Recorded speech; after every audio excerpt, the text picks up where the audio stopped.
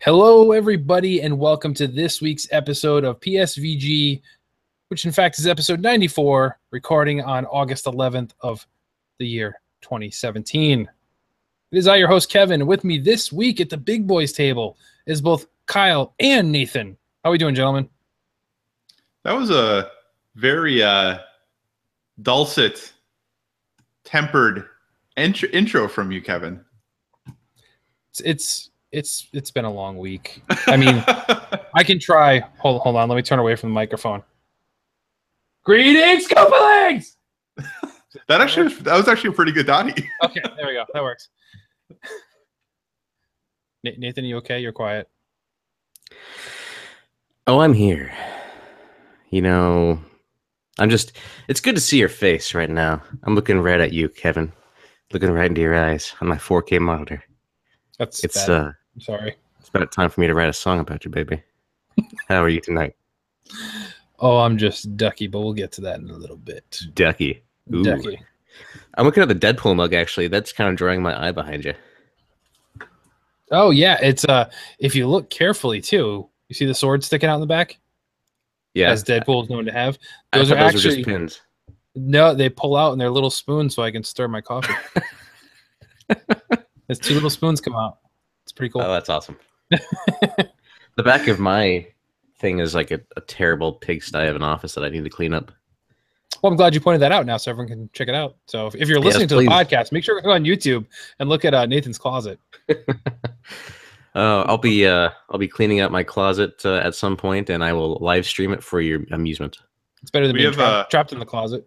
We have potential paint colors as well behind me. So if you have a preference on what color this room will eventually be, feel free to give feedback. I like the one on the left.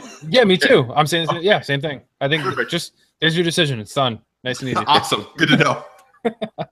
All right. So everybody, if you're still listening, we thank you for tuning in each and every week and spending just a little bit of time with us.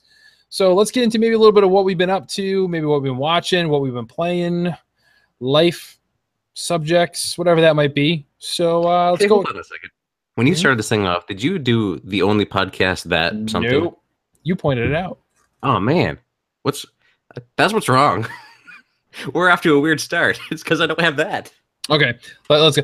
Hello, everybody, and welcome to Play Some Video Games, the only gaming podcast that might be featuring some bats.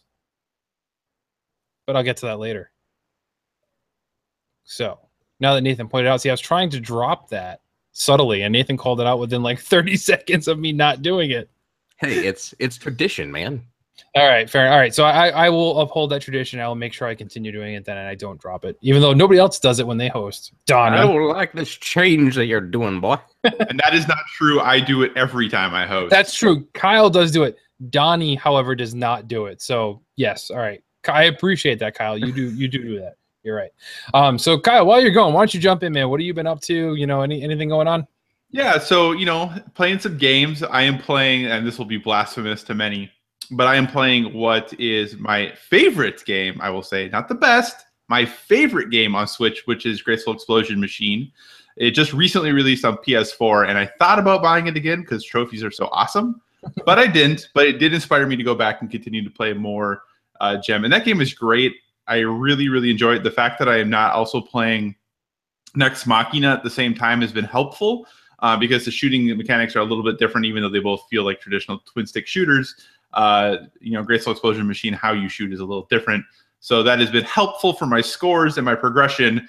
So I'm really, really enjoying that. I think it is excellent and a really nice, easy game to, while I'm watching something with the wife, I can play that. Or if I'm I actually will often pick it up while I'm waiting for Overwatch matchmaking. So I'm sitting on my PS4 and holding sitting directly on it. Directly on my PS4. That's bad for ventilation, I think. Well, I haven't had any issues so far. But sitting there waiting for matchmaking, I'll pick up my Switch, play a game of that while I'm waiting for matchmaking to happen. So that's one thing I've been playing. I also jumped back in pretty heavily, actually, to my PSVR. So playing some Super Hot VR, that game in VR is incredible. Nice. I know that Coach Mo has played it and he suffered some issues with it. He had some motion sickness as a result. For me, it's actually the most comfortable VR experience that I've had. And that's just one of the weird things about VR. Some games are great for one person and just not good for another. So one of those things that's got to get worked out a little bit still, but it is a really excellent game. I have considered getting it on PS4 as well, since it is a completely different game. But honestly, it is one of those games that could be in my top 5, maybe probably for sure top 10 games of the year. It's an excellent time in VR. It is a lot of fun. And, you know, for all the issues that I have with PSVR, it tends to be down to fine motor control. It isn't a huge issue in this game that your move wands work just fine. Like, you're grabbing big things, so it works really, really well. Whereas if those games you have to be a little more precise, sometimes PSVR is not as good as, you know, a Rift or anything like that. But yeah, I'm really, really enjoying that one. It was a great time. I'm going to continue to play that, try to improve scores and all that good stuff. In addition, the thing that was impossible to find for a while has started to trickle back into stock. The Farpoint bundle, including the aim controller, was back in stock at GameStop a few days ago. It is now, or at least earlier today, at least, it was back in stock at Best Buy again. So I was able to get one of those and pick those up. I always told myself that my gaming budget for the month was done, but then that came in, so I was like, well, I got to get it. And I felt a little weird about buying a video game with a big plastic controller that's a gun, kind of. But it's totally worth it. That game is fantastic. It is. Why'd you feel weird about buying it? What's that? Why'd you feel weird about buying it? Well, just buying a peripheral for one game. Like, I know there are other games that are going to use it in the future, but it's like buying a special controller for one game, kind of like, you know, Rock Band and all that stuff in the past. Have you never played Rock Band? No, I have, and I felt kind of weird then too. So, but you know, there are other games that are going to use it in the future. But that game is really good. The story is really interesting. The aim controller works really well. I'm actually playing it with 100% smooth controls, both forward and side to side. For side to side, they have like 5 different options of how you can turn.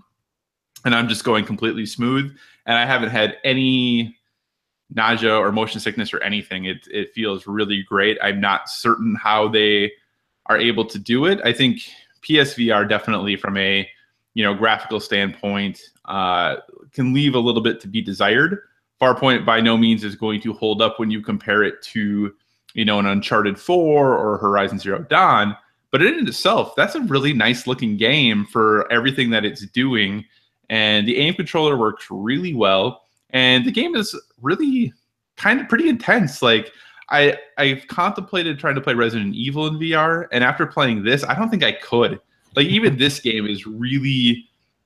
there's a lot of sense of like tension while you're playing the game, of like, what's going on, where are these things coming from, and I can't imagine playing just a straight horror game in VR. I feel like that would be absolutely terrifying. But I've jumped, like I said, back into PSVR pretty regularly, and it's honestly, when I get home and I'm thinking about playing games, it's the first thing that I'm like, yep, I'm going to jump into VR and play VR again. So, which for me is exciting because it's been a while since it's been that way. Also, jumped into one of my favorite series just from a stupid fun standpoint. Just Cause 3 is one of the free games on PS Plus this month. I jumped into that, and that game is just ridiculous. It has some bugs.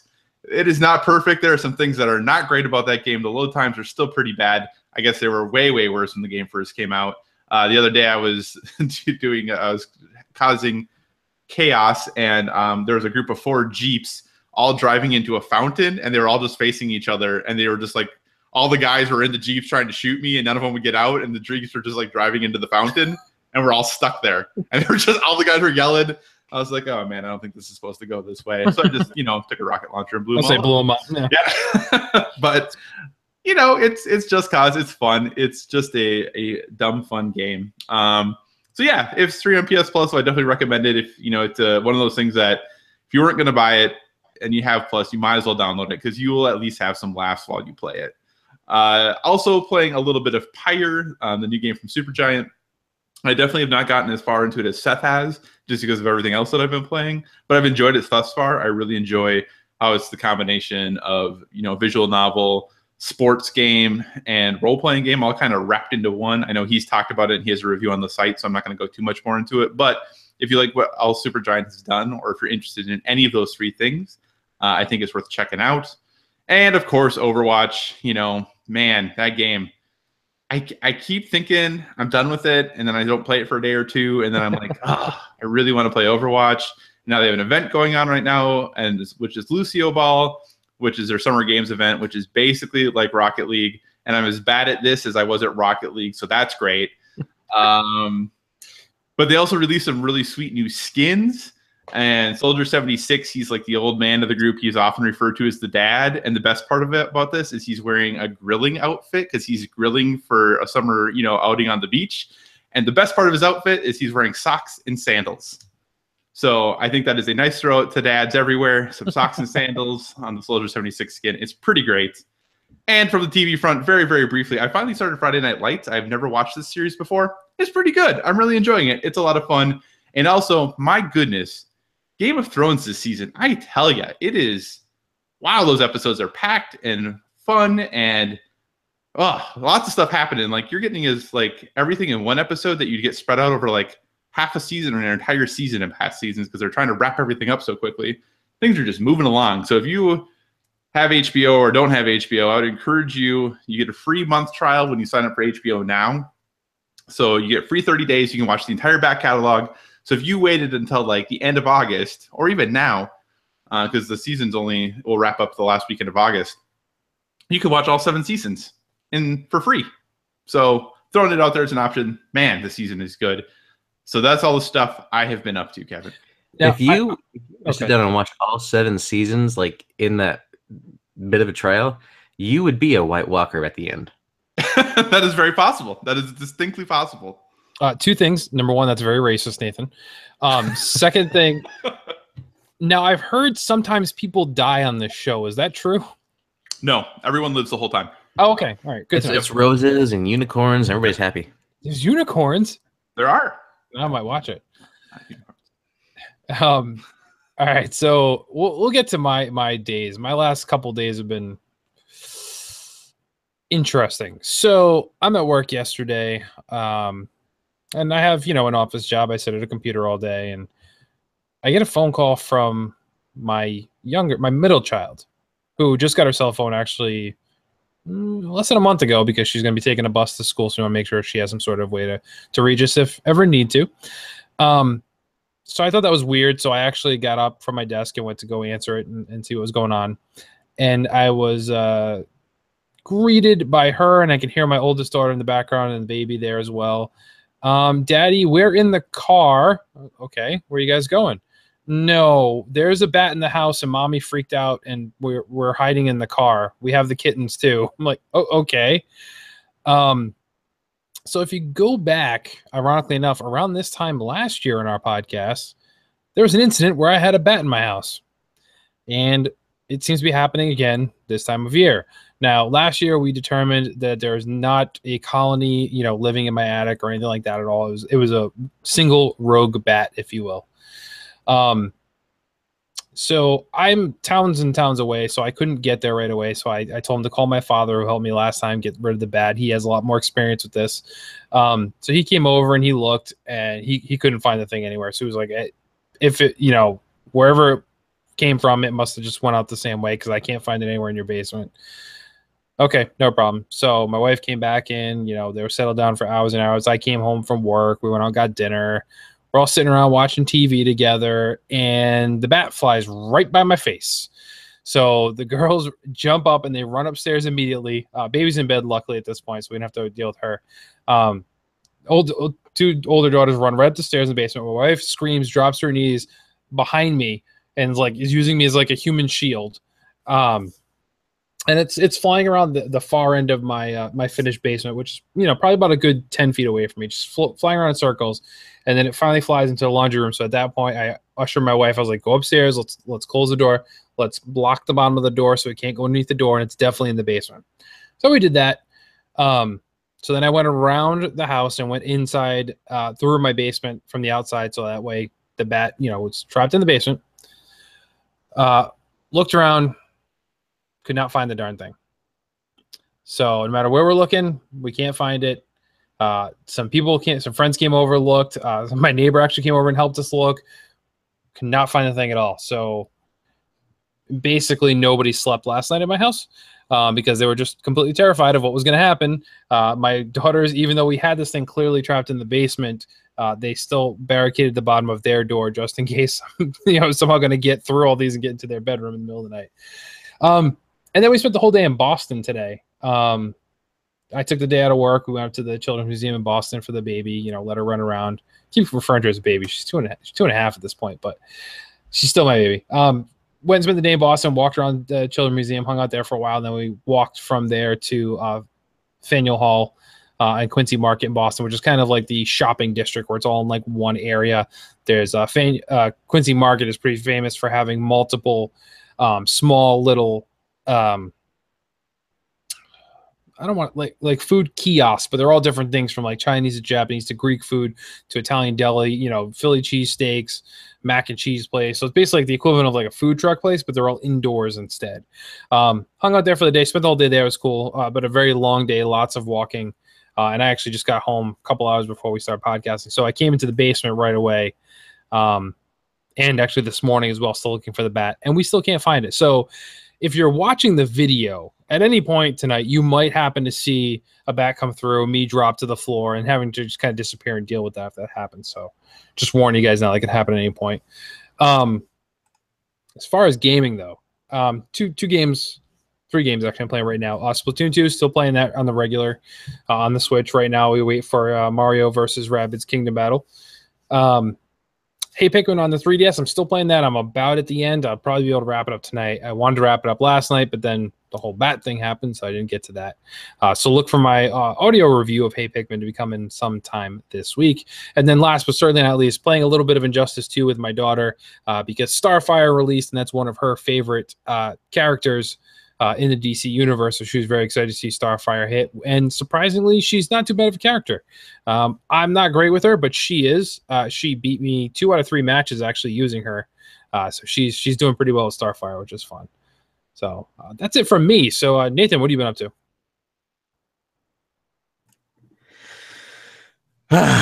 Okay, so it's gonna be a long one. It's been a while. I'll just start back. Was it late? About a week and a half ago, maybe or so. My little girl dog. She's 7 years old now, so she's a senior, I guess you can call her that.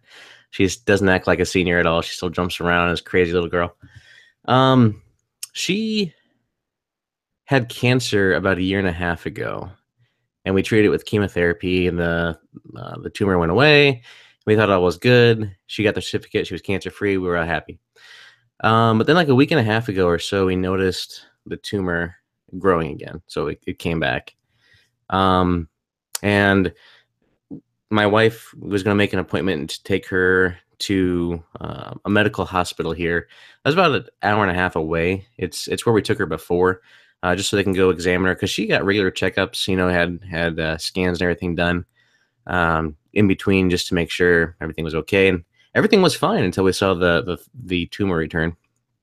So in all this, I, for work, have to go to do an office move in Hawaii. So I live in Illinois, central Illinois, and it takes me about an hour maybe to get up to Chicago by plane, and then 9 hours to get over to Honolulu. So I'm on a plane for 9 hours, disconnected from the world a little bit, doing some time traveling. And, if anybody has traveled over like 5 or so hours, that there's like this jet lag that just sets in because of the time zone difference and things like that. So my wife is dealing with this back here, and I have to focus on work out there. It's kind of hard to focus while that's happening, but was able to power through it. And I finally, we were working every day out there. I was in the office, Thursday through Tuesday, actually Wednesday as well, and flew back so it was a 9-hour flight to get out there, and then like an 8.5-hour flight back. And I was anxious to get back, see what's happening with my girly, and just see my wife because she's pregnant, so it's a lot of stuff happening. And I, get back, I'm dead to the world as far as it goes here, because the time travel stuff and I'm still reeling a little bit from it. I think I'm finally getting back into the rhythm of things here. But then right after that, there's no rest because I had to just keep going because my parents' 50th anniversary was that weekend after I got back. So I got back on a Thursday morning after being up for 24 hours straight, napped a little bit, did some driving to help my wife get some stuff taken care of for my parents' 50th. Thursday, and then on Friday, my family starts coming into town, so we have to deal with all that. Still not able to catch up on any rest or anything. And then Saturday is the big day. I'm the MC. I'm, kind of just overseeing the whole thing, making sure everything goes well. It's a long day. And that kind of brings us to now. So the girl, she went on, what was it? I think it was Wednesday. Wednesday this week to go get her surgery. And they took her up there. She was up there in the morning. They sedated her. She was under for a little while. They went ahead and removed the tumor and also another little thing that was growing on her other paw. It was a benign little cyst. So they removed that. And she comes back home and she's got the bandages on her feet and she's got the cone on her head, and it's just like she wants to jump on you and hug you. And she hates the cone on her head. She hates it. She's like knocking into everything that she would normally just walk right by. And, she's like, she follows you and you can feel the cone start hitting your back of your leg. But, she's a great little trooper. She's been through a lot. And it's just difficult because, I don't have kids right now. I got one on the way. He's on order. Amazon Prime takes a while, I guess, when you do kids. But, these, for the past 7 years we've had them, have been our kids. It's difficult to go through this type of stuff. And I feel for any parents who deal with anything or any other, fellow pet parents that deal with this kind of stuff too, because they're tough situations. Not everybody is going to be in a position to be able to take care of their little one, So I've spent thousands of dollars to make her well, and hope that everything goes well with her, which, eats into other things that I was planning on doing, but it's okay. I got my little girl taken care of. But she's recovering now. And I just had, I haven't even had like a minute to sit down and just relax since everything just happened or, anything. Yeah, I've slept, but sleeping and just kind of relaxing and decompressing. Yeah. I mean, it affects your dreams when you can't decompress. At least I've noticed it, where you dream about work or something that stresses you out, or like the dog, or, just other things, or just that's what consumes your dreams too. So then you wake up and you're stressed out again. So that's where I'm at mentally right now. So in all that, so when I was going out to Hawaii, I fully intended to. I got my Switch charged up. I borrowed some Amiibo cards from a coworker. I had Zelda in and ready to go. I was all set. My battery was charged, and for the entire duration of the trip, I was gone about 7 days, 20 hours in a plane. Kevin, Kyle, how much Zelda do you think I played in that time frame? Well, I know how much, so I'm not going to say. I am going to go with less than an hour. You would be correct. I didn't even turn my Switch on. Yep. That's the answer. So, and I fully intended on it. There was no reason not to, but here's what I think would happen. On the flight out there, on the 1 hour flight, I'm not going to do anything because you're up and you're down. It's not even worth it to try to get stuff set up to play. On the 9 hour flight, on the way out there, I was on the window seat, and there was this bigger guy next to me, and I got broader shoulders. I'm a bigger guy. And when you got two big guys next to each other, and I'm up against the side of the plane, and this plane's not budging, and I don't want to touch the guy next to me. I'm like doing like one of these the entire flight. And so you just like curve your body, and it was super uncomfortable. And so I was like, there was no way I could play the game. I have to have some measure of comfort to be able to play a video game. So instead of playing games, before I went, I downloaded some movies and some stuff off of Netflix, because you can download some stuff there. and I went through and I got caught up on House of Cards on the way there and back. I'm now completely current with the season. Interesting season. I would rank this as like probably the third best of all the seasons. So how many seasons are there? 5, 6. Okay. I think this was the 6th. Okay. So, there's a number of seasons out there, but just kind of, it's interesting because when you first watched it, kind of juxtaposed with the current political climate, it's like this doesn't seem so bad. But it's just one of those things where it's like, okay, but it's weird, right? Because it's really, there's a pretty cool like situation that happens in this season, and I'm not going to talk about it because I don't want to spoil it for anybody. But if you're a fan of House of Cards and of just the show in general and the concept, there's a really cool concept that is the focal point of this season, and I think you'd enjoy watching it. But other than that, I also watched a little bit of Black Mirror on Netflix. I realized that I hadn't watched more than the first series. And I said series because it's a British show, and I don't know why I just did that. But series, whatever. The first season was 3 episodes long. The second was 4, and this new one is 6. And this new season, the third season, is like a Netflix-owned season.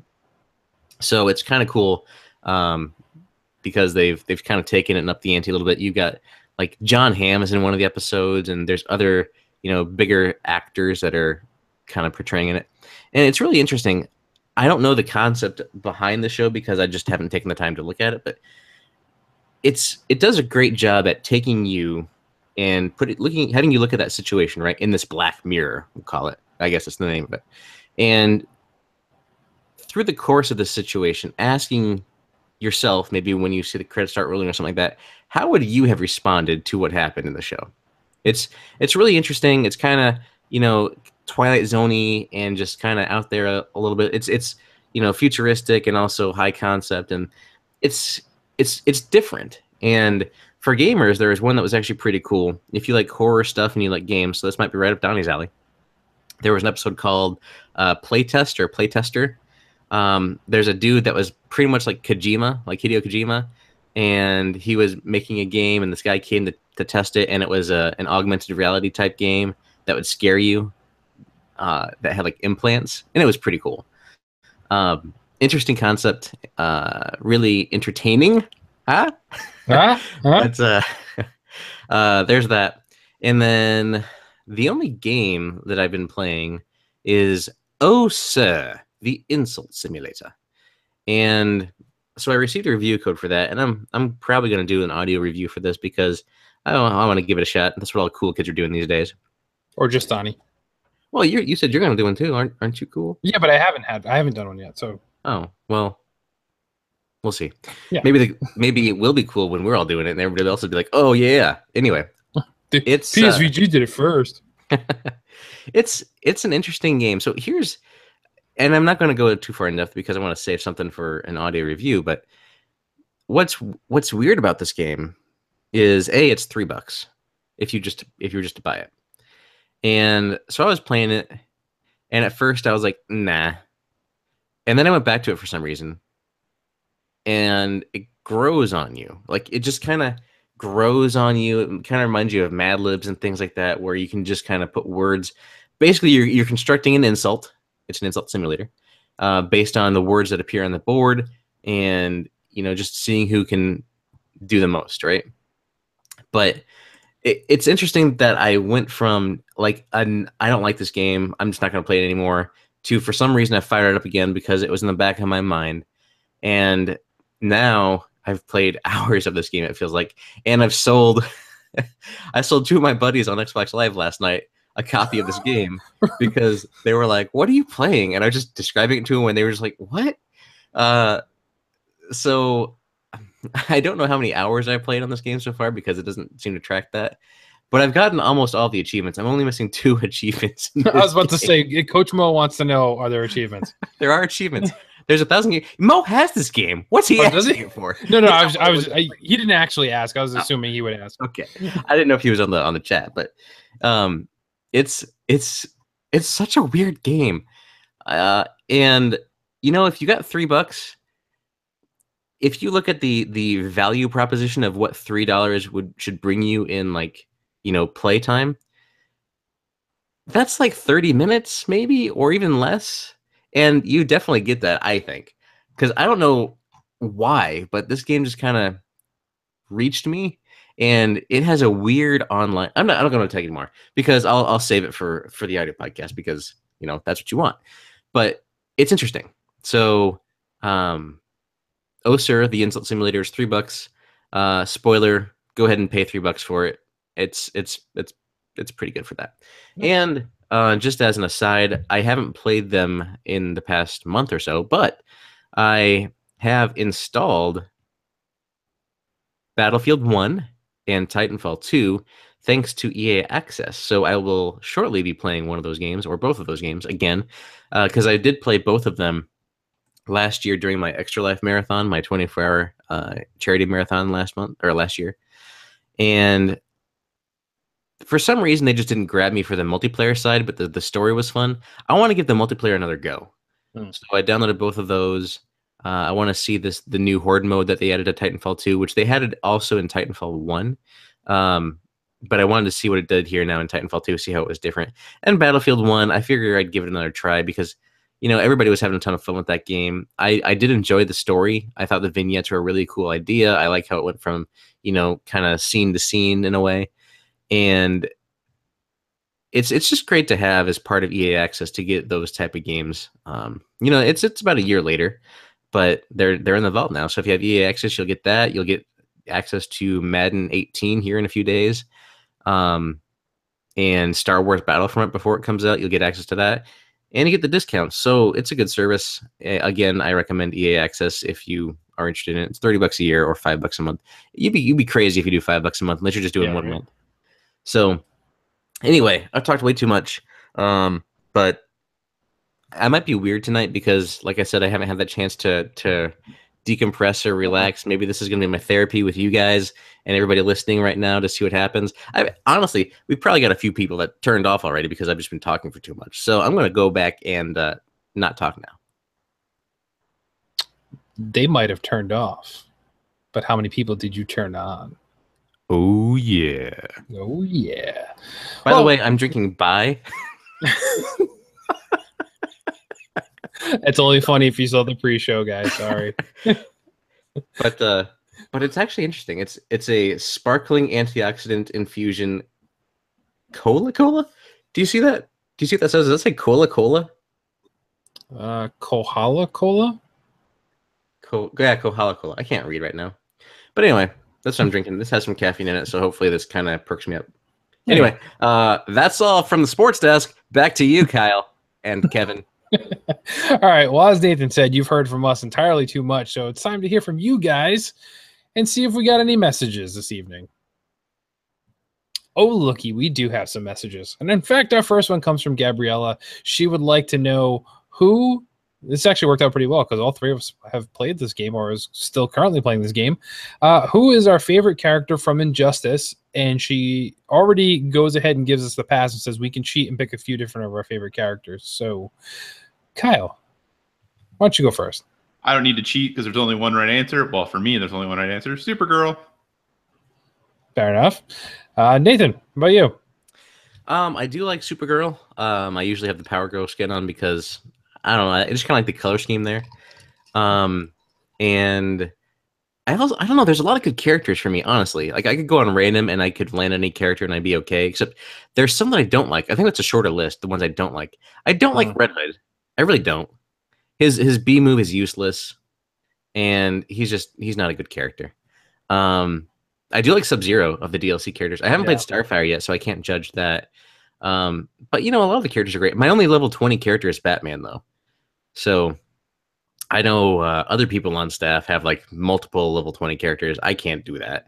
I had enough fun with playing as Batman, trying to get that all up. And he's cool. His suit that I have now. I want to get the noir suit that he has that you can buy. Yep. But I keep wanting to just like get a loot box and just get it. You know what I mean? I'm like, I don't want to spend money on this. I want to get the noir one. But he has a lot of costumes available. Yeah, he does.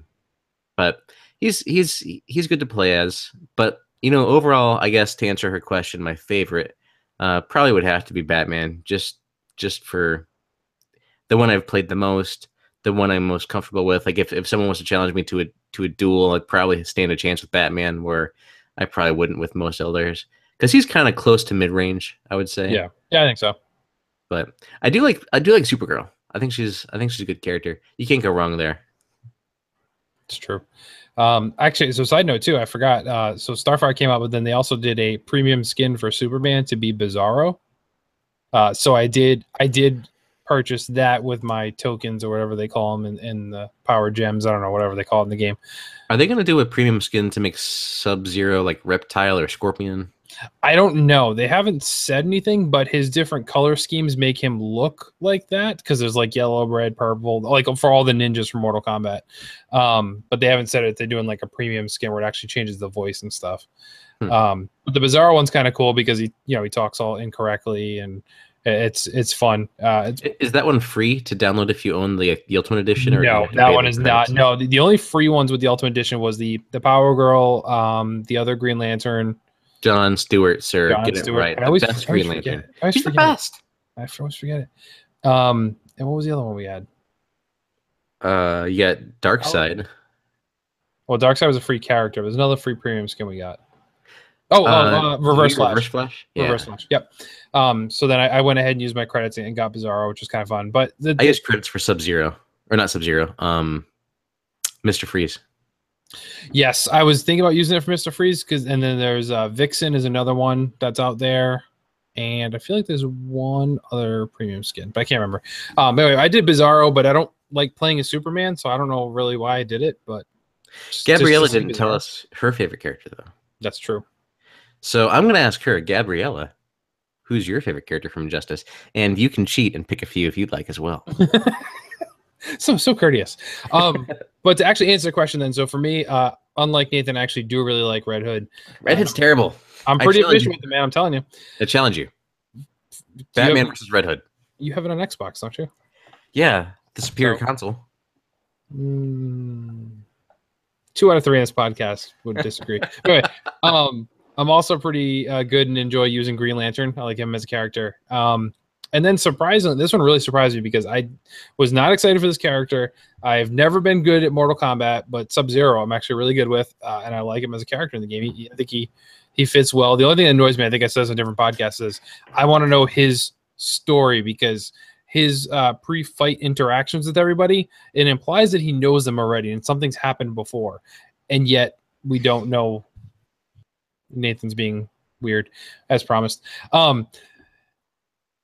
We don't know how he has met all these characters before and what that interaction actually was. So like that kind of bugs me a little bit about it, how these new characters they're adding in don't fit in the story. You can do the whole multiverse and get the quick ending as if they beat Brainiac, but that's all you get. You don't get the rest of the story that you get with everybody else as you play through story mode. So it's a little bit of a bummer. But so yeah, that's it for me.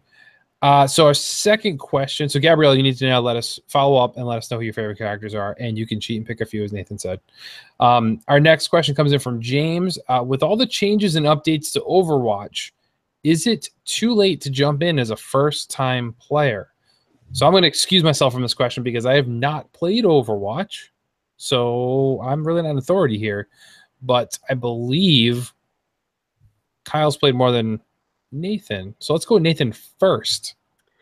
So, James, I'm going to be the perpetual first-time player on Overwatch because I play it for a minute and then I go away for like a month and then I'm like, hey, maybe I should try this again, and I suck, and I go back away, and then Kyle says it's really good, and I want to go back again, and I'm terrible at the game. I don't know what it is. It just, like, there's times where I'm like, oh, I get what this is cool and why people like it, but I don't stick with it.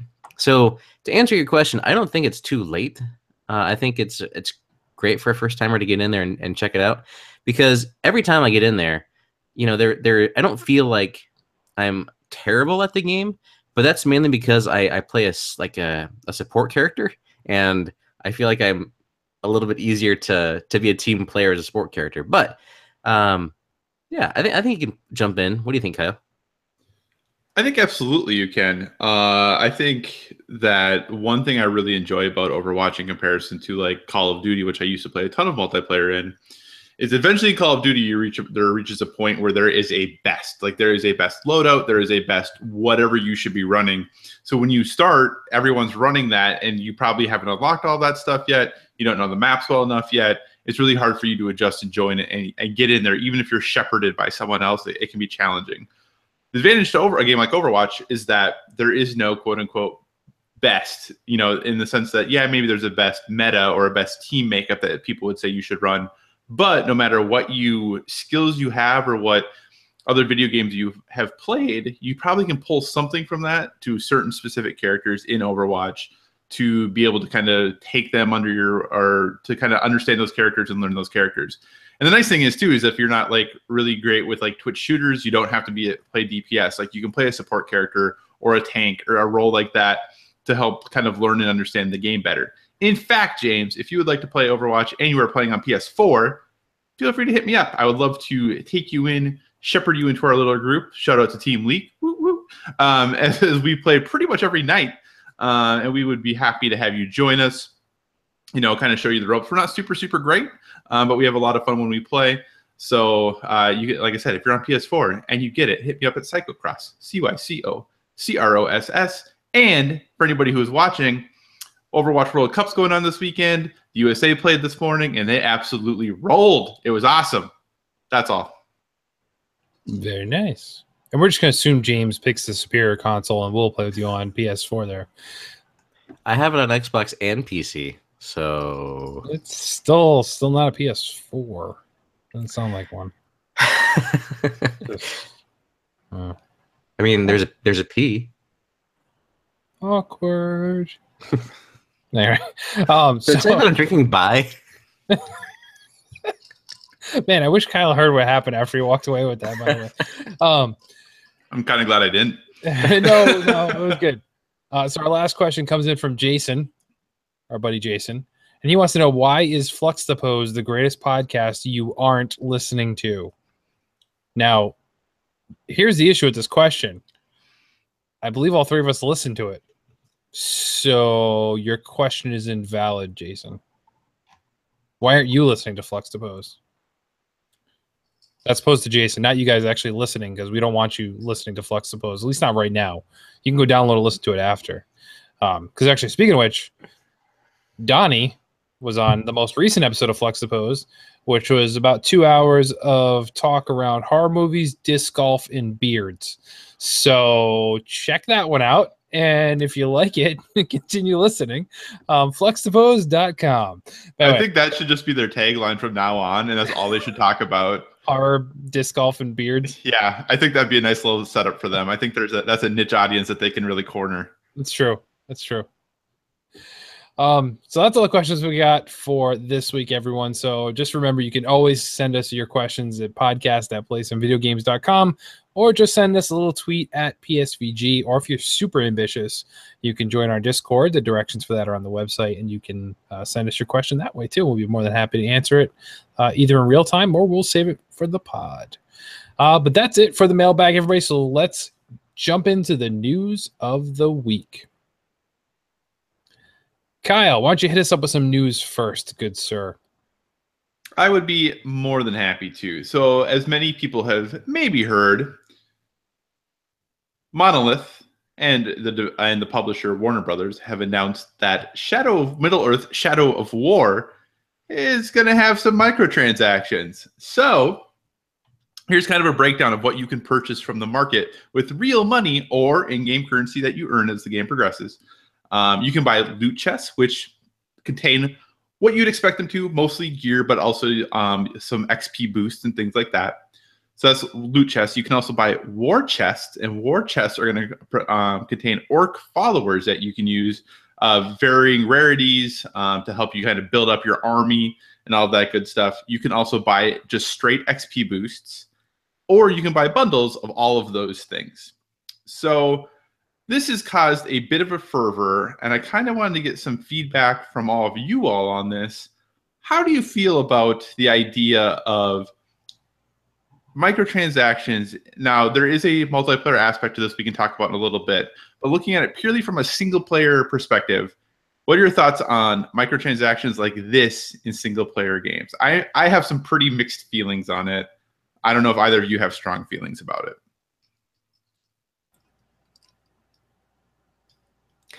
Well, did you guys play the first one? First off, Yeah. Yes, I did. I love the first one. Yeah, I did not. The first one was great. I loved it a lot.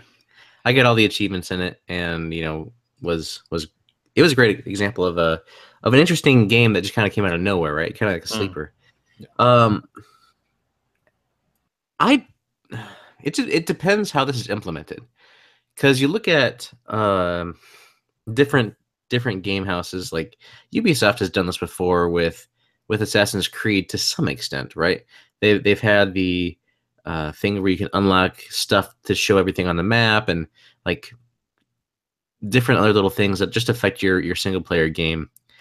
And I never used it because I'm just like, I'm cheap and I'm not going to give them money for that when I can just do it myself. And B, I don't know. It depends how egregious this is. So if this is as bad as like a free mobile game where every 2 seconds there's something trying to get you to a store to buy something with actual currency, then I have a problem with it. But if it's so out there and you can only access it from like the menus, and then it becomes like a piece of DLC that suddenly appears in your inventory, and it's fine that way, I don't care. Like at that point, I think it's okay. It just depends. For a single player experience, you're only robbing yourself, honestly, of it, and you're just modifying your playthrough of the game.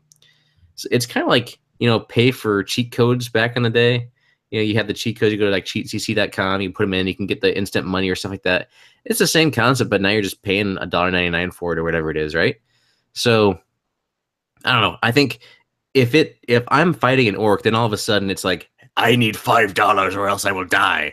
Then no, I'm not doing that. But if it's totally optional and hardly even there, I'm okay with it. People will want to spend more money for the game. That's fine. I'm not a huge fan of it as a practice, and I think it'll get out of hand really quickly if left unchecked. And I do think that the topics and discussions that are happening because of this are valid and very appropriate for the timing, because other games are going to look at this and be like, oh, well, they could do this. Or like I said, Assassin's Creed kind of already has their foot in there. They could ramp it up and be like, oh, well, I guess now we can do 17 times Injustice does it, for crying out loud. I mean, that's true. And that's a WB game, so you can kind of see how they do it there. In Injustice, I'm trying to think. It's because you have like the 3 different types of currency, and you can buy the one that buys the skins and the premium content. You can actually buy, or can you buy all of them? All forms of the currency? Yeah. I think you can only buy the ones that can buy the premium skins and the other outfits. I believe you might be able to buy the regen tokens to re-roll your armor, kind of thing. I think you're right there. I think you can actually buy 2 kinds of currency: the one that buys the loot box, the one that regens, and then the one that you spend for premium content. Which, that's one part of Injustice that I think is dumb. Yeah, this like that 3 currency system. If they do something like that with Shadow of War and just make it so in your face, that would be super annoying, and I wouldn't like it. If there's, for some reason, he's not carrying around gold or whatever he's carrying around, and he's got, oh, I have a ruby and a gold and this, but I can't pay you with gold because you need rubies, and I got to pay $5.99 for a ruby. That's dumb. Yep, I hate that too. So anyway, that's my thought. Yeah, I'm with you there too. I like exactly what you said. If you're doing a single player game, you're robbing yourself of the thing, especially with what you gain from this. So while I'm not crazy about Injustice's setup either, it's not stuff that would help you be any better in the game. It's just simply cosmetic stuff you can purchase. So that's a little different in my mind. But yeah, the single player stuff here, it's like, if you like the game that much, that you're going to be playing it this much, that you care this much, why would you spend the money on it? But to each their own. Some people want to just level up and just tear right through it, I guess. But to me, it doesn't make sense. Do I have a problem with it? I'm a little torn because in my mind, we know the game. I mean, I'm pretty sure the game's already been announced. It's a $60 game. So you're already paying full price for a game, and then you're going to start charging you nickel and diming you for all these other little things. It's like, well, follow mobile games if you want that, where it's either free or it's lower cost, and then you have microtransactions to kind of pay the developer back and get some additional stuff for it. But if you're buying a full value retail game and then they want to charge you stuff on top of that, that's not a quote unquote season pass type scenario, seems a little weird to me. So ultimately, they can do whatever they want. I'm not crazy about it, but I'm also not supporting this game most likely either. I played the first one. I get why a lot of people liked it. It's just not the kind of game I'm interested in. So to each their own, I guess. So, I mean, Kyle, what's your definitive thought? Because you said you were torn. I am a bit torn. So here's part of where I'm torn. I don't know what the right answer is. I don't mind, the loot boxes that are prevalent in Overwatch. I don't mind those because there's nothing that changes how I play the game. Like I get a skin or I get a voice line or I get a highlight intro, fine, but nothing changes from how I'm playing the game from those. So I don't really care about that. The thing I worry about a little bit with this is that they are like loot chests and war chests, like they're random. So if there's like a really good XYZ thing I want, I am getting a chance to get that thing. I can't just get that thing. And that for me is like, I think it goes back to like the whole horse armor thing of like, should I just be able to, like, can I give you $1 to just get the thing I want? Or, obviously they want me to keep rolling that dice. Like, right. Hey, we're going to give you a chance to get the thing that you want. So that's for me, I think more like, I guess, developers can monetize their games however they want to. Like that is 100% their decision. But I wonder from a balance standpoint from the game, was anything changed from a balance perspective to incentivize taking chances with these chests? I don't know. Maybe not. Maybe they're like, well, we're going to make the game we want to make, but then we're going to add this thing because the publisher's making us. Maybe that's what's happening. And they're like, no, we're still making the game we want to. We're not going to change any balance things. Like there's never going to feel like a need to purchase these things to like reduce the grind, or are they putting a whole bunch of fluff in there that makes you have to grind through, and you're like, man, I'm just going to pay $5 to get some sweet stuff so I can get done with this sooner. I don't know. And that's for me where, like, since I don't know the answers to those things, I'm a little bit torn about how all of this is going. I agree. I have one quick question though before we move on, and it's a question specifically for Nathan. I want to see if this changes his thoughts. Specifically for me. Specifically for you. And I'm interested in what Kevin has to say too. No. Okay, Nathan. No. Just not as much. Maybe he is interested. Just clearly. Well, clearly I think not as much. It's okay. I think Nathan might have a strong. I feel like his answer will be you. So imagine this scenario, Nathan, where they put loot chests of some sort into Battlefront 2, and the only way you can unlock the hero characters is by getting a loot chest and randomly getting whoever. That's the only way you can unlock them to use them in the single player or the multiplayer game, is you have to get them through a chest that you can then use it in the game. How would you feel about it then? I still don't like it. Honestly, I'd be more opposed to it then, for sure. But if I have to pay $5 to play as Yoda, I will. You know what I mean? But you're only paying $5 for a chance to maybe play as Yoda. Yeah, the first 6 boxes you buy are going to be different skins of Jar Jar Binks, right? So, it's because I know that they're doing something. They're doing some sort of box or something system, but it's just like, I think it's just appearance customizations for Battlefront. Man, that you kind of pose it, you strike at the heart there. I don't like it. I don't like it. I mean, as someone like me who, I'll buy the deluxe edition because there is a deluxe edition of Battlefront 2. I would probably pour in some money to the game itself. Heck, I've always, up until the past year, I always paid like a $5 into Madden Ultimate Team mode in Madden to get some, to get some of those cards and those packs. And those are the random characters, right? That's your prime example. Is you got these.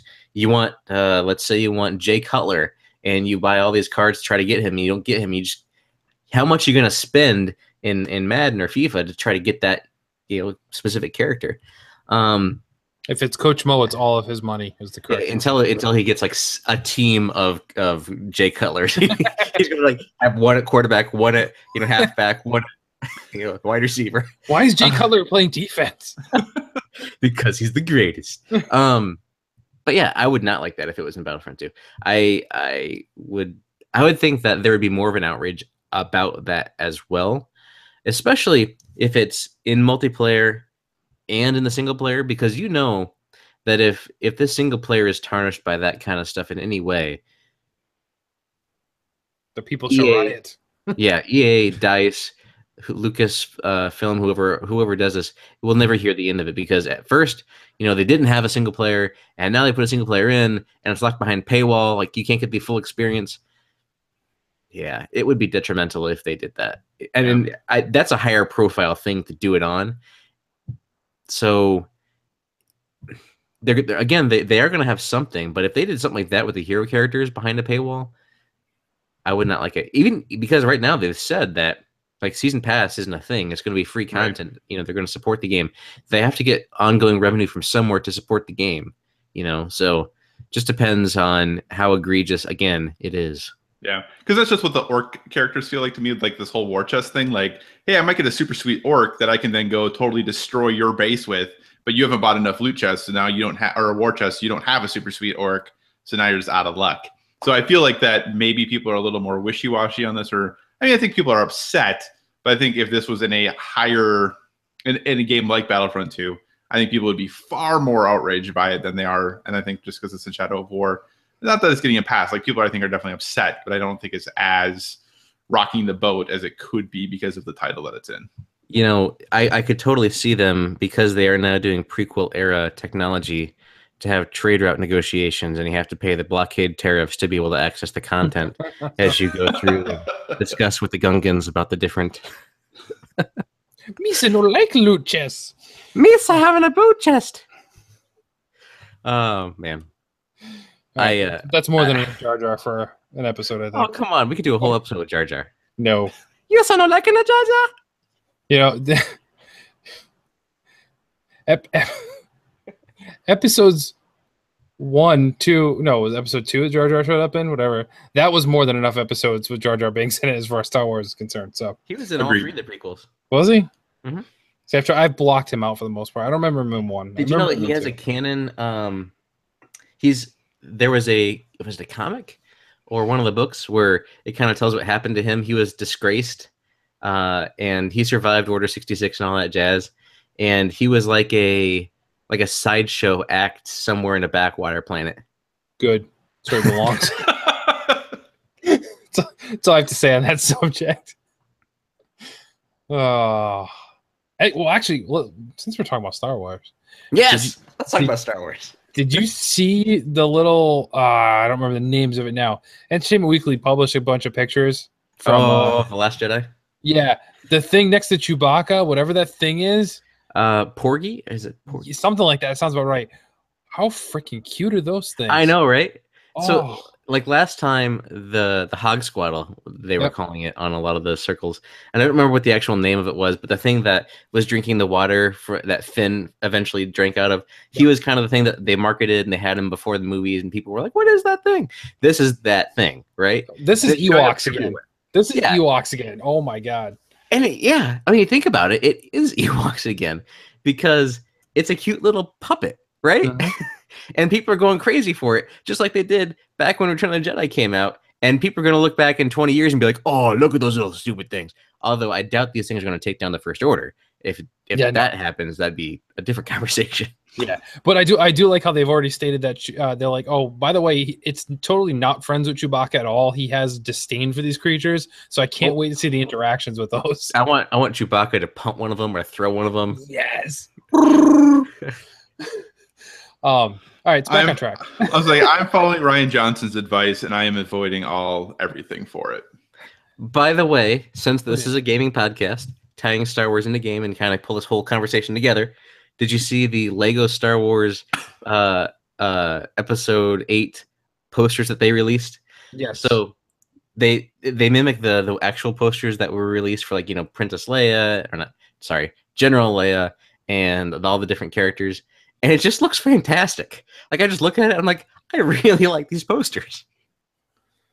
Now, what if they put those porgies in a loot chest in Battlefront 2? Would that be okay?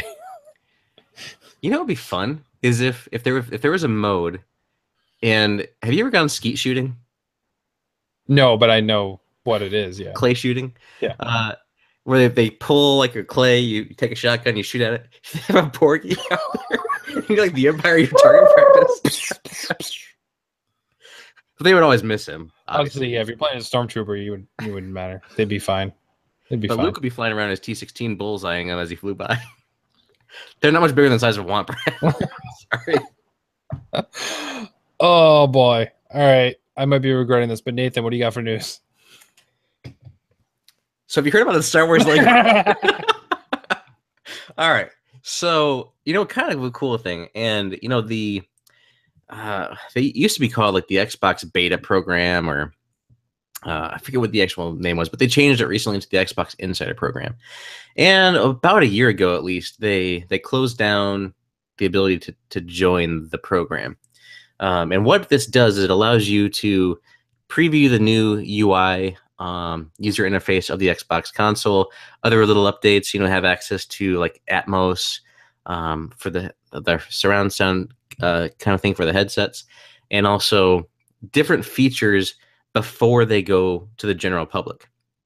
So basically, as an insider, you're kind of assume that you'll take these updates, you'll go through, you'll take the surveys, you'll rate the content, you'll report bugs, and things like that. Which I've been, you know, since they started this, I've been in the program, and I've been rating all kinds of stuff. I don't know what my XP level is for it, but I'm decently high.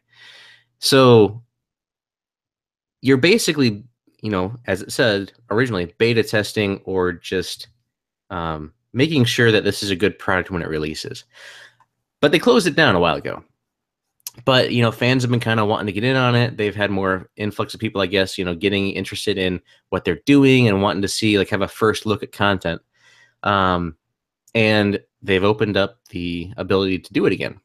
But what's different this time is they've kind of adjusted it. They've taken this ring approach, which they've had in the past. Red rings? Are there any red rings? You know, that is kind of funny. I don't know if they would want to use that word ring at all. Right. But anyway, because I didn't even put that together. They have what they used to call alpha, beta, delta, and omega kind of groups, or alpha, beta, ring 3, ring 4. And alpha was the first, beta was the second, 3 was obviously your third, and 4th was your last release before it goes to the general public.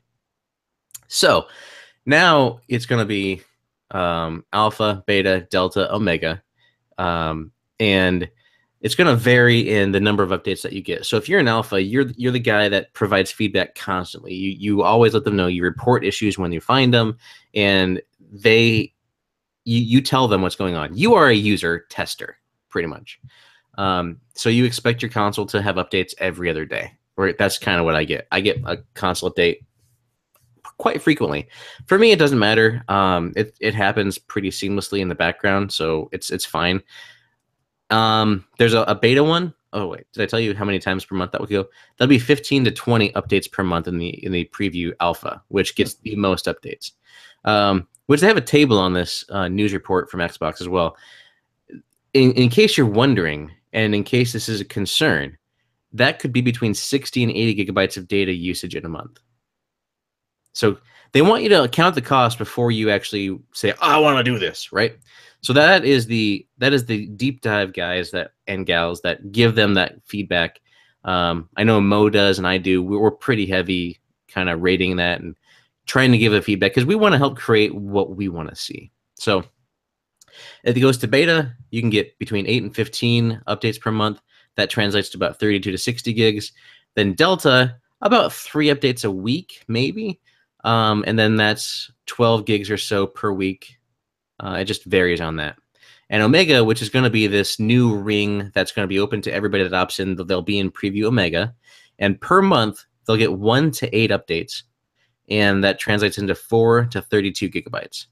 So again, this is definitely a cool thing to be able to give your voice, kind of shape what Xbox does. They've had this for a long time. They're just reopening the program. Do not join this program if you just want access to stuff early. Don't do it. If you're the kind of person that just wants early access to stuff, this is not for you. Just gonna flat out say it, because that's a lot of what people want. They want, oh, they're gonna do this and it's already in preview and people want to be like, oh, I want to see what this now. It's gonna be janky. Let's just say it. It's gonna be janky until it gets to that final release. That's why you're in a preview program. There have been times where I get frustrated with these updates, but I opted into it, and so I'm along for the ride. And I've almost opted out a few times, but I stay the course. I'm committed. My Xbox One X will not be in the preview program, though. My S will be. My One X will not be. So I would recommend, if you are a person who likes to troubleshoot, likes to, if you're a tech support kind of person, this might be for you. But if you're a guy that just wants to go in and play Call of Duty and Madden, stay away unless you want to see how the console UI evolves. But that being said, there are some cool benefits outside of just the UI that you get. And they have this thing, they call it game and app flights, which I think it's a stupid term. But depending on what ring you're in, which preview program you're in, you'll have access to various things. Like Sea of Thieves, Paladins, and other stuff were originally in this preview program. And then you had to be a certain level to get it, and then it kind of dropped down to the wider range afterwards. The same kind of premise that you get with the Delta Omega type scenario. But there's different apps that'll come through. They've partnered with first and third parties. So first parties could be something like Gears of War, Sea of Thieves, obviously we already mentioned, Halo, things like that. Third parties could be something like Paladins or any other big title that wants to go into beta and just wants to get good feedback, because they've gotten great feedback from this program. Xbox has, and game developers see that. And instead of trying to get their own people on beta to test their games, they're like, hey, can we partner with you guys? And you've got this great group of users that are already used to giving feedback. Can we give you our game and get feedback from your same group of people? And it works really great for that. Anyway, my question for you guys is, PlayStation does something similar. Switch doesn't have anything with it like this yet, but what do you guys think of the concept of having this preview type program, and B, would you opt in? So discuss. For me, I would. This is actually something I've seen before, and I've been a little jealous of that Xbox does in fact have. Like, I know PlayStation will do beta testing and certain things like that.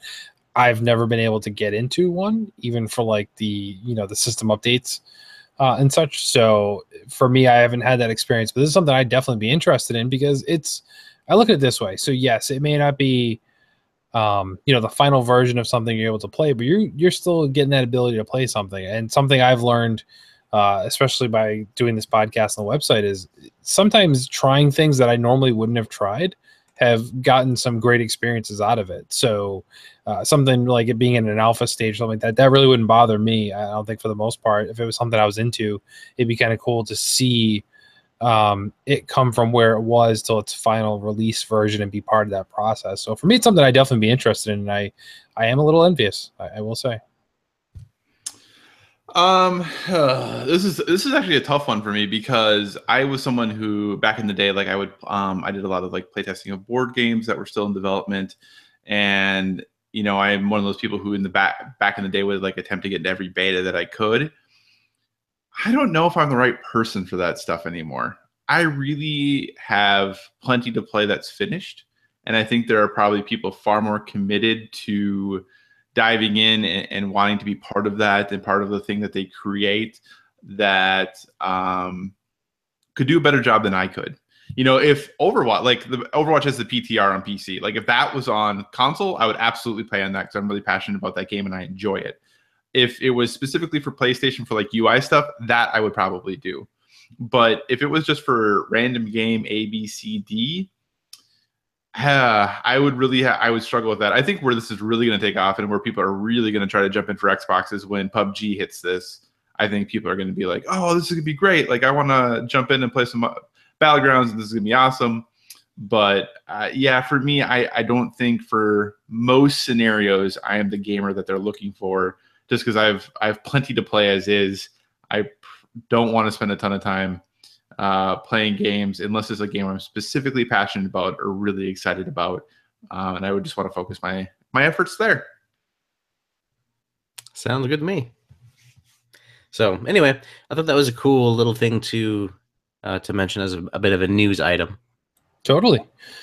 So I'll go next. Exciting news, and I actually found out this literally right before we started the podcast. Literally. Breaking news. Not by the time you hear it, but as of right now. Old news. Yeah, old news. It was new while we're talking about it. So Splatoon's next free DLC weapon is coming soon. How soon, you might ask? Oh, it was available as we hit the record button at 10 p.m. Eastern today, and that is the Splatbrella. Now, we did see this weapon a little bit in some trailers prior to the game coming out, and I believe in Splatoon Direct it was shown as well. It looks like an umbrella, so you can pop it open, use it as a shield. But players can use it to fire ink like a standard shooter, but it has defensive abilities. Holding the ZR button will open the umbrella and shield players from incoming fire. You can hold the button long enough, and you'll eventually fire the shield, which is kind of cool too, which will block attacks as it's traveling. So that's available right now. Its special is its sub-weapon is the sprinkler. Its special is the ink storm, which creates the rain cloud. So it's fitting you have an umbrella and you're creating a rain ink cloud. So very, very punny there, Nintendo. You can purchase the Splatbrella using your in-game currency now, basically, if you're playing. Also of note, they are releasing special summer vacation collection items that can be purchased only through the Splatnet app from August 11th to the 16th as well. So you can get some cool new outfits there that kind of go, flip-flops, sunglasses, boat shoes if you want, things like that to add to your wardrobe. Of note, one thing I will say, this has been a little bit surprising. The content that's been coming out for Splatoon 2 has been a lot already. Being a player of the original one, we would wait and get maybe one new weapon a month, and we've already gotten multiple new weapons, and it's been a heck of a lot less than a month. So I certainly hope that continues along. I know we're going to see more stages coming down the line. I'm fingers crossed we're going to see more stages and stuff for Salmon Run as well, I hope. But yeah, get your Splatbrella now, boys and girls, if you haven't gotten it already. So Kyle, what do you think, Kyle? Is this a weapon that interests you at all in your Splatoon experience yet? Is it an arrow spray? No, I don't really care. No, I'll try it, but I mean, it's going to be hard pressed to pull me away from my arrow spray. That's true. I use the arrow spray for everything as well too. So it's kind of, I keep buying new weapons, try it for one match. I'm like, yep, nope, back to arrow spray because I'm terrible with whatever insert weapon name here. It's just not working out for me. So yep, that's my experience as well. Fair enough. I'm right there with you, but I'm always excited for new content. So yeah, it is what it is. What else you got, Kyle? Anything else on the news desk? Yeah, so to make kind of a long story short, it's looking like that the 2024 Summer Olympics are going to be in Paris, and the 2028 Summer Olympics are going to be in LA. But interestingly enough, the Paris Olympic Committee is exploring the option of including video games as part of the sports lineup for the 2024 Summer Olympics. Now, obviously, we won't know this for some time. The preliminary list of sports comes out in 2019, and it won't be finalized till 2020. So we have some time until this happens. But here are my questions. Number one, should video games, competitive video games, esports, however you want to look at it, be included in the Olympics? Number one. And number two, if they are, what games? Yeah, it's tough, man, because I'll tell you, you go back a year ago, I didn't get the whole esports thing at all. To me, I'm like, why would people do it? Why would people watch it, et cetera, et cetera? But then I've watched quite a few now at this point, and I'm like, this is pretty cool. I mean, the Call of Duty championships are going on right now, and the pot for that is $1.5 million, which is completely nuts. But do you follow Dota at all? Not Dota. I follow more Call of Duty, Team Fortress. Let's say because the international is going on right now for Dota. Its prize pool is $23 million. The winning team gets $10 million. Oh my God, that's insane. All right, so should it be in the Olympics? My heart tells me no. It just doesn't seem like, yes, it's an e-sport, but it's not an actual sport. I don't know. To me, it'd be very odd. Plus, I don't feel like enough countries would be participating. Yes, you'll have some throughout Europe. You'll have your Asian countries and you have the Americas, but I don't think you're getting a strong, South American team. I don't think we're getting a team out of Africa, or, it just doesn't feel like a sport that really we're going to get a good smattering of different countries participating. So I'm going to say no, but if they were to do it, I think you'd be looking at something like Dota, Call of Duty, Team Fortress. I think you look at more of those games. I don't see a fighter game in it, at least. Yeah, yeah, I'm gonna say no fighting games. I think it's gonna be all shooter based if they do it, or something like Dota would work as well. Although we get crushed if they did Dota, I have a feeling. I don't think we had any. The US teams are doing. From what I've seen, I haven't followed everything 100%. I don't think the US teams are doing super great at the international. No, historically, yeah, no. The Call of Duties and stuff like that, we can hold our own in those for sure. Those are fine, but yeah, I think if they slipped in something like Dota, it'd be like, why even bother? Just have them go in and be like, here's your gold medals, and just walk out. Just give South Korea the medal, and we can all go home. Right, exactly. But on the positive side, Kyle, this could be our bid for becoming Olympians. So I'm just saying, my body is ready. I know. I'm pretty old though already for esports. I'm probably aged out already. Nathan, should video games be in the 2024 Summer Olympics? Yes or no? And either way, if they were in the Olympics, what games?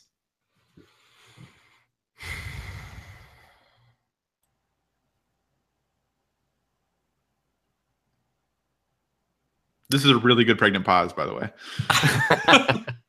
I would say so. There's a lot of activities that you are unaware of that are in the Olympics. Go for it. Name one I haven't heard of. Let's go with what happens in the Olympic Village stays in the Olympic Village. Is that the kind of activities you're talking about? What's the one called where you're like you ski and you shoot at targets? Biathlon? Yeah, biathlon. You ski and shoot at targets? Yeah, biathlon. Okay. Well, that's one that's not super popular, right? I raced cross country skiing in high school, dude. Okay. Well, there are like I was on the skeleton team. No, I'm just kidding. Who heard of curling, before the past couple winter games ago, like in America? I was born in northern Minnesota. It was part of our gym curriculum. Well, you know what? So what about Jamaica has a bobsled team, man. What are you talking about? Okay, so summer games. There is golf at the Olympics, right? Yep. And it's not super popular. It's not super publicized. Well, I guess I don't know if golf still is. I know it was like when wrestling got booted. I think golf did as well, or maybe it was baseball that did. I don't remember, but golf either has been, at least in the past, in the Olympics. I'll get some trademark flex-deposed keyboard compressions while you guys talk. I'll find out. So I think that is it worthy of being in the Olympics is the real question.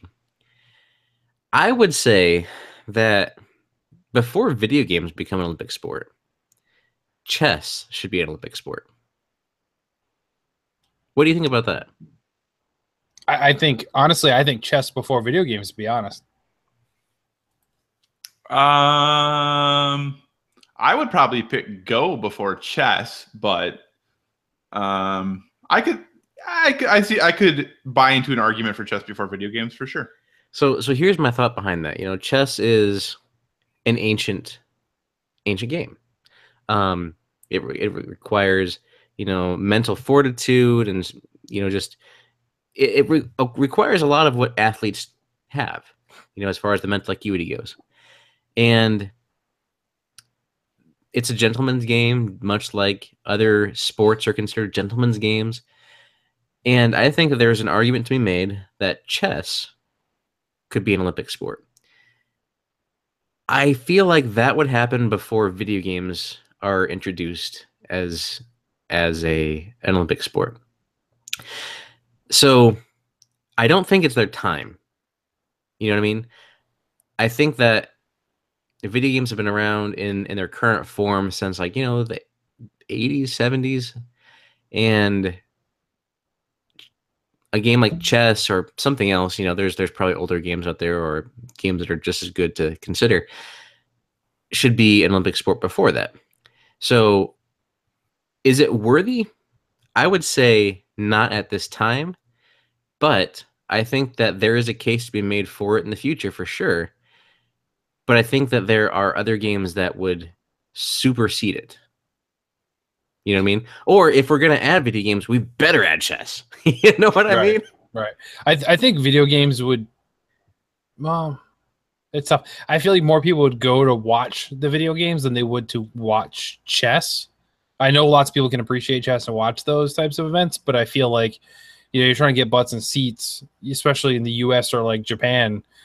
The esports, I think, is going to attract a bigger crowd. But okay, well, then that comes to what's your goal? If your goal is to get people to watch or things like that, definitely you want esports because there's a lot of action in those and there's a lot of unpredictability and things just kind of can go crazy at a rate that anybody could win in that game. You can't, unless it's Dota, then it's Koreans, but anybody could usually win. So I would say that if you're trying to get people to watch and get hyped about an Olympic game or sport, then yeah, you're gonna add esports. But if you're just trying to expand the Olympiad and just be more inclusive, I think that a game like chess would be first or before a game like a video game like Dota or something like that. And then there's the whole sponsorship side of things too. That would be because of that. And it gets a little more crazy because there are sponsors for the Olympics, but it's very few, very minimal. It's not like in football where you see stuff every 2 seconds when you're panning through the crowds and stuff. But if you're playing a game, you're advertising that game, right? And I don't know. There's a lot of different things that come into play. And also, how are you going to verify this code? How do you know someone's not cheating? How do you do the due diligence of the Olympic side to make sure that you have a fair game going on? Are you going to just take a USB thumbstick, verify every copy of that game code, and then you provide that to the person? That's just not realistic. Right. So, and then people want to bring their own utensils, right? They want to bring their own controllers and stuff. You have to kind of unify that somehow because not everybody brings their own throw put balls, right? They all use Olympic standard stuff. Mm-hmm. So there's a lot more things to be thought about because it's not just going to be an esports thing where everybody can bring their own equipment, or like the NFL, they bring their own equipment or whatever. This is a little bit more in depth that has to be thought out, I think.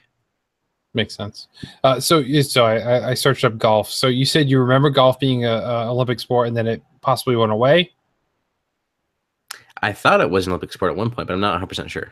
Okay. So it was, and it did in fact go away, but you don't remember when it went away because it went away in 1904. Oh, I was there. Okay. And actually, this is showing how much we know. It actually came back for the first time in the last Olympics in 2016 in Brazil. So just shows that we were not paying any attention whatsoever. I was like, I knew golf was like coming away or go something. It was something. Yeah, golf was talked about when wrestling was talked about. I remember that much. Yeah, it's back for at least the 2016. Well, it was back for 2016. It'll be back for 2020, and then it'll be determined after that. But here's the interesting thing, I guess, if you can call golf interesting. It's interesting. Okay, they play 72 holes in the Olympics. They do 4 rounds of 18 holes. That's a lot of golf. No, that's like a regular tournament. Is it really? Yeah, God, yeah. Golf sucks. That's why nobody watches it on TV. Thursday through Sunday. Got to make the cut after Friday. I guess that makes sense. All right. So where's your stance, Kyle? Then, since you brought this up, where do you stand on this? Well, I mean, I'm open to it. If somebody was said, would I put it in? I don't know if I would put it in. I think that it's interesting to me that the Olympic Committee is even looking at it. I guess glad that they are. That I'm glad that they're open to doing different things. If I were going to pick the games, I would probably go ahead and I would put a fighting game in there. I would put like Street Fighter in there. I would probably put a team-based game of like either like Dota or League of Legends in there. And then I probably would put like CSGO. Like those are probably, because I think you can't really just do one game to me. Like that would be like track and field being one event, at least to me. Or like even in cycling, there's multiple events in the Olympics for cycling. It's not just one. Where's my racing? Come on now. No, sorry. I'm not putting it in. You can put it in if you want to. I'm not going to. Do they even do racing competitions for esports? Yeah. They do everything for esports. Okay. If you think of it, they have it. There's an insult simulator competition, I'm sure, too. Or you're starting one officially. Announcement: PSVG has now sponsored Sir the Insult Simulator competition, coming soon to a console near you. The prize pot is a whole $5. And some review codes that we haven't used yet. Yeah. But yeah, so I'm open to it. I'll be very interested to see if this actually happens. I do think that they have the formula in the sense of, you know, the internationals going on right now, the Overwatch World Cup is going on right now. Like there are large events that happen. Like League of Legends Worlds is huge every year. Like they're able to put these events on a big stage in a way that they ensure fairness of play is occurring. So I'm not super worried about that. It's just that, you know, there tends to be specific parts of the world that do really well in these games and specific parts of the world that don't do as well in these games. And that's nationalist. Well, but right. Well, and that was like the big argument actually, like against snowboarding being added into the Winter Olympics, because everyone was like, why are we adding this? The United States is just going to win. There was a lot of countries that did not want to win. Snowboarding? Not when it was originally added. That's like when the U.S. was dominating snowboarding. So there was a lot of countries that were against it because they're like, why are we just giving extra medals to the Americans? So in the Olympics, that is a big conversation when they add sports about, you know, is it a thing that has broad enough appeal that multiple countries could compete? So yeah, I mean, we just need to step our game up. I'll have to start practicing. I'll have to start playing more Overwatch in hopes that I get to go to Paris in 2024. But anyway. So it's funny you should bring up World Games, Kyle, because it's a nice little segue. Nintendo announced the return of the Nintendo World Championships. So they'll be taking place on October 7th in New York at Manhattan Center's Grand Ballroom. Fans of all ages from around the country have the chance to be part of Nintendo history. This what was in The Wiz?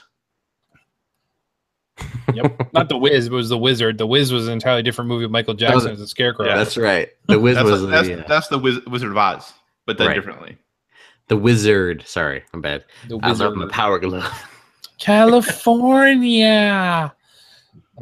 Yes, we're making references to like early 90s, late 80s. I don't even know. Fred Savage movie. It's gonna be late 80s. Probably late 80s. Makes sense.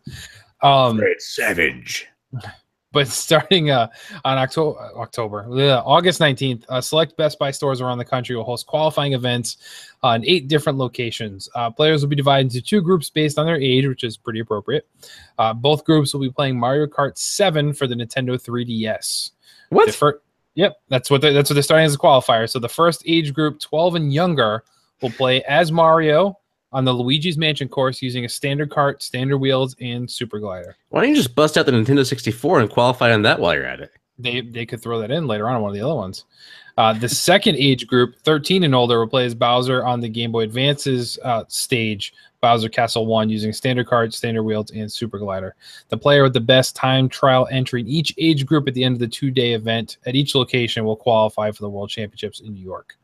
Additionally, anybody who visits these Best Buy locations will be able to demo Super Mario Odyssey and Metroid Samus Returns for 3DS, as well as you can get some platinum points. And first 200 people at each place will receive an exclusive My Nintendo pin as an added bonus.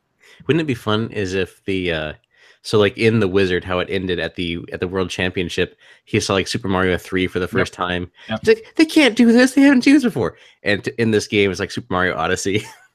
Well, what they're saying, which now keep in mind, Nintendo America's senior vice president of sales and marketing already came out and said the audience is hungry to watch competition, but they made the point in saying many of our classic games, both old and new. So we could see something from N64. Who knows? We could see something from Virtual Boy. That'd be interesting. I want to see GoldenEye. GoldenEye, that'd be great. Slappers only. I was going to say slappers only. Slappers only. Oh man, that would be nuts. But yeah, a lot of people though are saying because the finale, the actual championship that's taking place in New York, is happening at the same time as New York Comic-Con. So they're saying that it's quite possible they're going to show or perhaps compete in a game that hasn't been announced that will be released this year on the Switch. So we could see something like Smash Brothers. We could see, I don't think, well, we already have Mario Kart, but yeah, we're going to see something, I think, at this that's going to be announced. Be like, oh, by the way, you're getting that this year. But I think it's a pretty safe bet this will end like The Wizard, where you will be playing something you have no experience in. It's probably going to be Super Mario Maker, some level from Super Mario Maker. Oh, that would be good if they at least had that in there in one of the rounds. That'd be kind of cool. Some of those impossible levels. But yeah, you can find the list of different states to qualify in. Basically, it's New York, California. It's 2 locations in California. One in Illinois, Nathan, and Evanston. Like Schaumburg? Evanston? Evanston, yeah. Dallas, Richfield, Minnesota, Florida, and Washington State. So, fortunately, none close enough to me. I don't think Kyle's making a trek anywhere nearby either to compete. I mean, I could head up to Best Buy headquarters. That's not that far. Yeah, that's true. That's true. I actually think it's the Mall of America location too. Right, which is, I mean, right there. So. Oh yeah, no, I know. I'm just saying, like, I think it's location. That's the place gonna be packed. But yeah, so I mean, I'm excited to see it. They haven't said if it's gonna be televised or live streamed or anything. I really hope it is because I do want to see it. And I mean, when I was a kid, and they had these everything's things. live stream these days. That's true. But when I was a kid and they had these different events, I always wanted to compete in them. And watching The Wizard, I remember that saying like, "Oh my god, I could kick butt in that!" And I was so excited for it. So I'd love to see this come up with some of the different classic games. I mean, Smash Bros. Has got to make an appearance. Like to see something else retro pop up. But yeah, for me, it's exciting. I like to see it and see what happens. They haven't announced any prizes or anything yet, but I'm sure the person will be walking out with some crazy stuff. They're gonna get an SNES Classic. Probably. Oh, actually, wait, we do have the prizes. Hold on.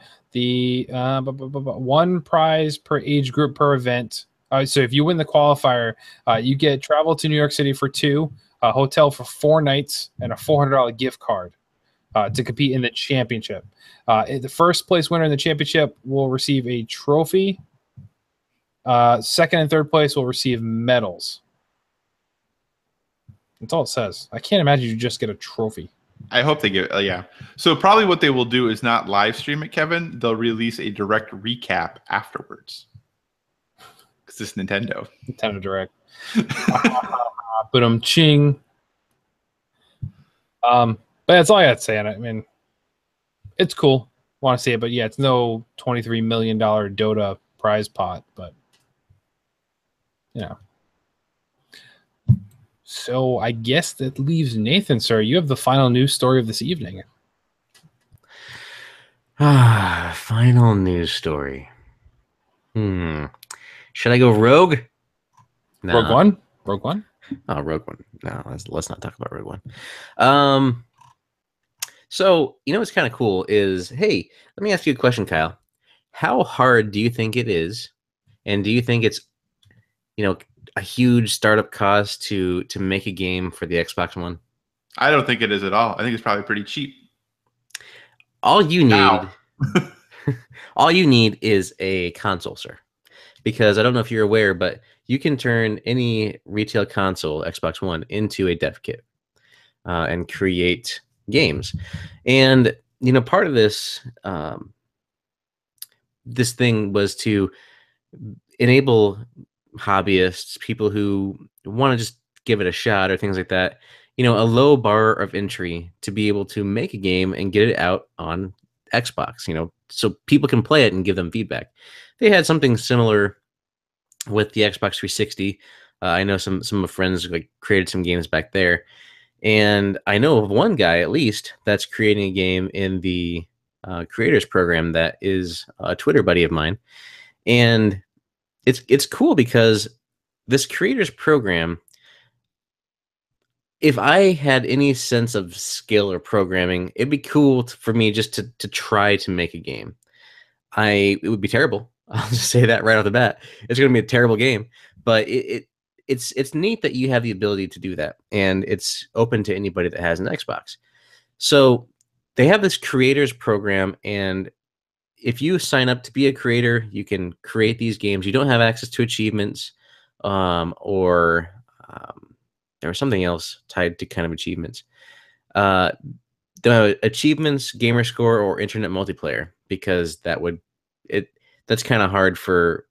It's an open platform. That's kind of proprietary data that they aren't giving, but they do have access to social features from Xbox Live, like your presence, gamer tag, leaderboards, activity feed, game hugs, clubs, party, DVR broadcasting, and all that jazz. So you have a lot of the social aspects. You can't use achievements. So these games, Mo, do not have achievements. But their first release of these games have come out. I think it was yesterday, and I've taken a look at a couple of them, and they're rough around the edges for sure. A couple of them are free, and some of them are a dollar or two. But it's not really. It's the fact that this content can be generated, and that people have the ability to create their vision, and they can say, "I made a video game, and it's on Xbox." And who knows, maybe, a high profile developer sees this and be like, hey, this is actually pretty cool. Just one guy did this, or just a small house did this. Let's see if they could take this concept and expand on it if we give them some capital, right? So it's a good audition piece. Let me just run through some of the titles that are available now, just like a quick synopsis of what they are. So Animal Rivals, it's an action-packed couch co-op party game for up to 4 players. So you fight. It's kind of cartoonish, and it's a satirical type of game. Black Dropper, it's a 3D platformer. Whoa, hold on. Block Dropper. Sorry. Did I mention I've been drinking by? So sorry. Block Dropper. It's a arcade style 3D platformer. It's later for you guys, and it's for me. This is hilarious. Like I told you, this is going to be a weird show. Crystal Brawl, which they describe as Gauntlet meeting NBA Jam, which, not for me. Derelict Fleet. It's a space combat game, so if that kind of floats your boat, you can take a look at that. That's probably the one that would be, for me, the most interesting. This particular developer started with the Indie Games Project in 2010 on Xbox 360, so that's kind of cool. I'm not going to go through anymore. One that was really bad, looked terrible, looked so bad, because, like I said, they're not all going to be winners, but they are something. They are there. They're more than I have done. Is Space Cat. Just the name itself reminds me of that Saturday Night Live sketch, Laser Cats or something like that. And the description for this is hilarious. Shoot your way past an onslaught of enemies and bosses. Collect weapon upgrades like missiles, bombs, laser beams, and much more. Just that paired with the Laser Cat imagery and everything that you see on the Xbox Live Store, just not good. So anyway, go check them out if you are interested in, these indie games. Definitely super small developers, single person hobbyist, small couple person crews, whatever it is, have created these games. They're on Xbox One and on Windows 10 for a lot of them. So take a look. But I have a twofold question again for you, gentlemen. A, would you ever take the step and be a creator? Would you? Is that something that you desire, that you want to do? And as such, is this sound like it's an interesting proposition? And B, would you want to play any of these games, knowing that you can't get achievements, and there's different other things that it wouldn't access, but you can access a lot of the stuff on the social side? For me, the achievements don't really bother me, so I would definitely try some of these I kind of give them a whirl, see what's happened there. As far as being a creator, no, I don't think I would. I wouldn't mind being part of the creative process, but ain't nobody got time for that as far as actually like coding and making it happen and putting it out there. But yeah, it's definitely super interesting. Just I wouldn't be very good at doing that and getting that done. So it's pass for me. Yeah, I'm not. Maybe if it was like from I don't know how many of these games will fit into this, from like a writing or an art standpoint, potentially. I'm not smart enough to program. I've tried. I don't really get it. Maybe if I sat down and didn't have to like work full time and everything else, I could get it. I don't. So yeah, I don't know if I would do anything. I think it's cool that the program exists. I think the only way I would try any games on the program is if it was free. I'm probably not going to pay for anything on it, or if it became highly recommended. Like if it was a game that other people had taken the time to, find and say, hey, this game is really great, then I would probably give it a whirl. I think there's so many good games out there today that it's really hard to take a chance on a game that I don't know if it's going to be good. Like I'm sure there's going to be some very good games that come through this. I'm sure there's going to be some people who this is how they get their start. So I would be interested if people recommended them. I don't think I would take any blind runners on anything that costs money though. Like Black Dropper. Like Black Dropper. So yeah, so I think it's cool that it exists. I think it's a really cool thing. I would be hard pressed to jump in there regularly and just check out what's going on though. Sounds good. So yeah, another little interesting bit. More again, I don't think this hurts anybody. I think it's just a really cool option to have out there. So just thought I'd spread some light because some people may not have even known that they could create games on their Xbox just as is. That's true. It's a valid point. So thank you for that, Nathan, and closing it up on a high point. Well, yeah, we'll just leave it at that. It was a high point. We dropped it on. Oh, okay. So that's it for the show this evening, everybody. But before we go, just want to highlight anything and where you can find each of us and what we've been up to or something we want to put out there. So, Kyle, got any plugs before we go? Yeah, so you can follow me on Twitter or become friends with me on the PSN at Psychocross, CYCOCROSS. I'm also on Switch, but I have no idea what my friend code is because that's ridiculous. Mm-hmm. So find me through other people. Maybe I'll put it in my Twitter profile someday. I don't know. Anyway, you're going to have some audio reviews coming from me. Apparently that's what all the cool kids are doing these days. So I'm going to try doing a couple audio reviews because finding time to write has been complicated and being able to sit down and talk for 10 minutes might be a little bit easier. So a couple things coming from me in the next couple weeks. But yeah, that's what I'm up to. Yeah, for sure. As we said earlier, the whole audio reviews, I think, is going to kind of be the future of Psvg. We will still link them on the website, of course, and give an actual score number. But as far as being able to get these done and get them out in a timely manner, this manner seems to be working a little bit better. And plus, we've gotten actually a lot of good positive feedback from the community as well around them. So we'll just keep running with that. So Nathan, anything you want to highlight before we go? I would be remiss if I didn't do an insult that would be one on the insult simulator. Just looking at your shelf there, it gives me some ideas, and looking at you, Kevin. So this is an insult akin to what you could find in the insult simulator. Your shelf looks like your hat, and Deadpool likes your beard. And you can't deny it. That's basically the extent of the insults.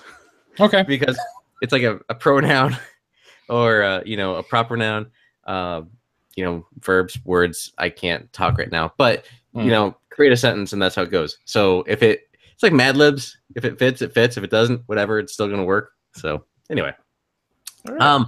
But yeah, I will have an audio review of that at some point. It'll be terrible. And you can find me over on Twitter at Voiced by Nathan. I also do That's Entertaining podcast. I think this month we're gonna have to do Iron Fist, and I want to be able to do Defenders. So I've been avoiding doing Iron Fist, and I'm gonna have to see if I can get someone who actually likes the show to come on. Wow, it wasn't that bad. Jeez. It was bad. Anyway, yeah. So there's that. So look for some more Marvel content on that side of things. And over on, if you are on Xbox, we have a community over there, a club. That is the PSVG club. Obviously, you can find us by our nifty little logo over there. And come join us. We'd love to play with you on some insult simulators and some Maddens. And this is the time that games are starting to come out. So it's going to have that rush. If you have EA access, you want to hop on some Titanfall or some Battlefield 1. Now's the time. Join the Xbox Club for PSVG and dominate. All right. Well, for me, you can find me at PSVG Kevin on Twitter. The only thing I want to plug, I was on the most recent episode of Nintendo Nostalgia. Made another appearance on there. This week, they discuss the original Pikmin game, so a title near and dear to my heart there, and I dropped some knowledge bombs on them on some content they weren't aware of. So it was a good time, pretty funny podcast as well. So check it out, Nintendo Nostalgia. You can find it out on Dayspace and the Super Indie Podcast Network there. So check them out. Had a lot of fun there. Thanks again for having me on, guys. It was a blast. So that's it, everybody. So thank you for listening, for tuning in, for lending us your ear. But more importantly, everybody, remember to never stop gaming.